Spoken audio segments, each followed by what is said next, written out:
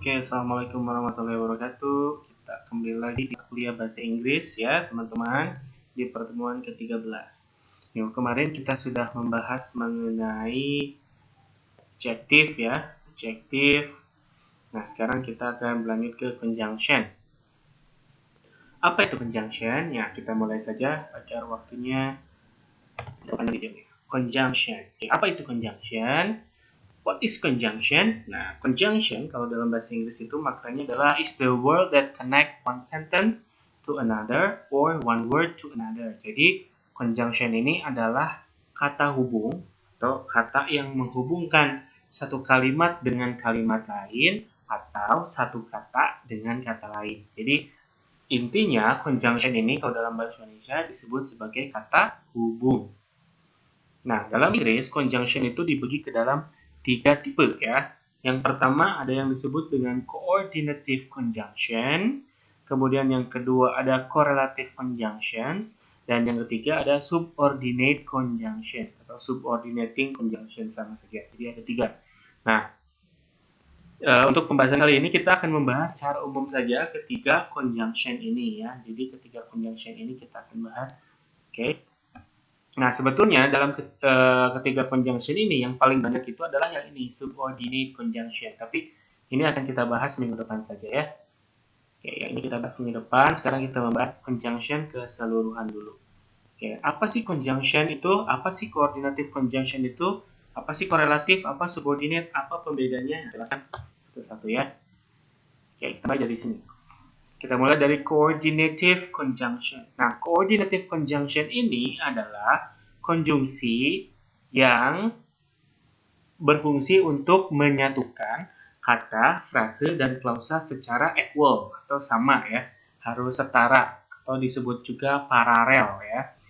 Jadi, coordinative conjunction itu adalah coordinating conjunctions allow you to join. Nah, di sini to join, menggabungkan words, kata, phrases, frasa, and clauses of equal. Jadi klausa secara setara ya, equal itu sama, setara. Jadi ini harus setara atau paralel. Bagaimana contohnya? Kita lihat. Nah, untuk example-nya, beberapa dari coordinative conjunction ini ada di sini contohnya ya. Kata hubungnya bisa menggunakan for, bisa menggunakan and, ada but, or, and so. Nah, ini biasanya digunakan untuk menggabungkan kata, frasa, atau klausa. Ya, kita lihat ini contohnya, salah satunya. I like ice cream and bakso. Ini joining word. Jadi dia menggabungkan ice cream and bakso. Ya, ini menggabungkan kata. Ya, kemudian she is sick but she is still coming. Ini joining clause. Ini menggabungkan dua klausa. She is sick and she is still coming. Ini kan dua klausa yang berbeda ya. Ini satu klausa, ini satu klausa. Nah, hubungan dengan but. She is sick but she is still coming. Nah, itu fungsi dari coordinative conjunction. Oke ya, simple ya kalau coordinative ya. Kemudian yang kedua adalah correlative conjunctions. Nah, untuk correlative conjunctions ini adalah are pairs of conjunction that work together. Jadi, adalah sepasang konjungsi yang bekerja bersama. Fungsinya sama, yaitu menggabungkan dua klausa, dua kata, ya, dua frasa. Tapi yang correlative conjunction ini dia berpasangan. Jadi konjungsinya tidak seperti tadi but, tidak seperti and. Itu kan hanya satu ya. Kalau misalkan korelatif itu sepasang. Ini kita lihat contohnya. Ini example-nya. Jadi untuk korelatif ini ya, untuk correlative conjunction ini sepasang.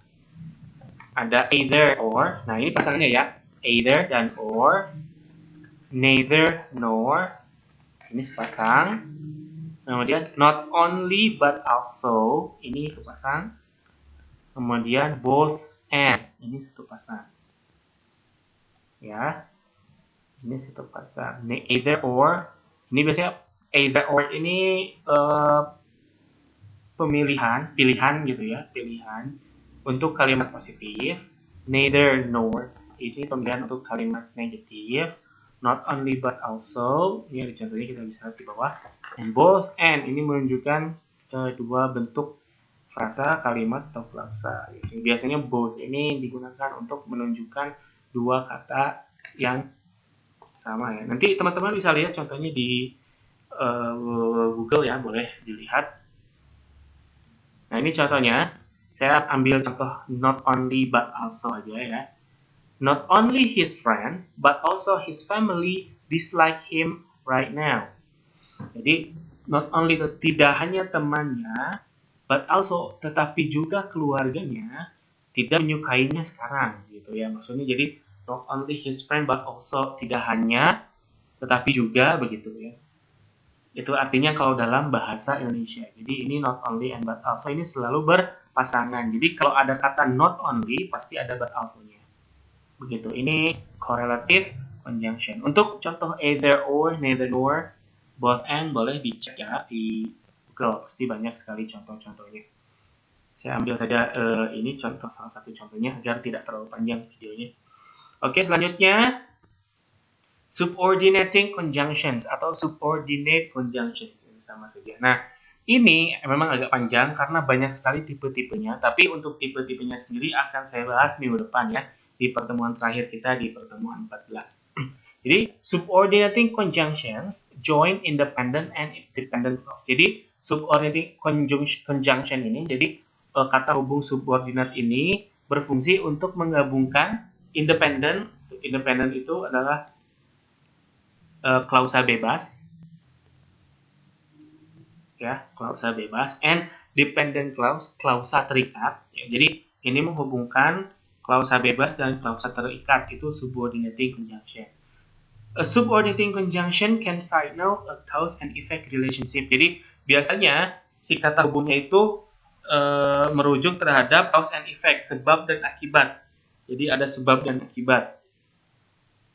Biasanya kata hubungnya memakai kata because gitu ya, atau sejenisnya ya, yang menunjukkan sebab dan akibat. Kemudian a contrast itu perbandingan ya. Terus or some other kind of relationship between the clauses, atau hubungan-hubungan lain. Rata-rata untuk subordinating conjunction ini pasti ada hubungannya dengan cause and effect, sebab dan akibat, atau contrast ya. Nanti kita lihat contohnya. Tapi untuk detailnya kita bahas ini minggu depan. Nah, ini salah satu contohnya. Because ya, since, as, although, though, while, whereas. Nah, whereas ini kontras ya, perbandingan. Nah, ini nanti di subordinating itu akan ada banyak jenisnya ya. Seperti because ini berhubungan dengan cause and effect nih.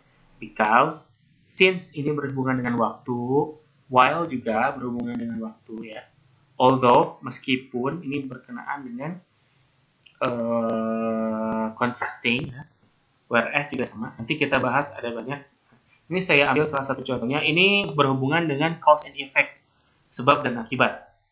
Sebab I hate the cockroaches, saya benci kecoa, because karena it smells bad, karena baunya tidak enak gitu ya. Jadi ini hubungan sebab akibat menggunakan subordinating conjunctions ya. Oke, untuk selanjutnya nanti teman-teman bisa lihat di beberapa materi di Google dan sebagainya untuk menambah materi. Oke, nanti untuk subordinating kita akan bahas lebih detail karena akan ada banyak jenis-jenisnya ya. Oke, thank you very much. Jika ada pertanyaan silakan tulis di kolom e-learning, dan untuk latihannya saya akan coba ya. Untuk latihannya mungkin akan fokus di korelatif dan koordinatif. Untuk yang subordinating mungkin untuk minggu depan ya kita latihannya. Oke, thank you very much. See you when I see you. Thank you, terima kasih.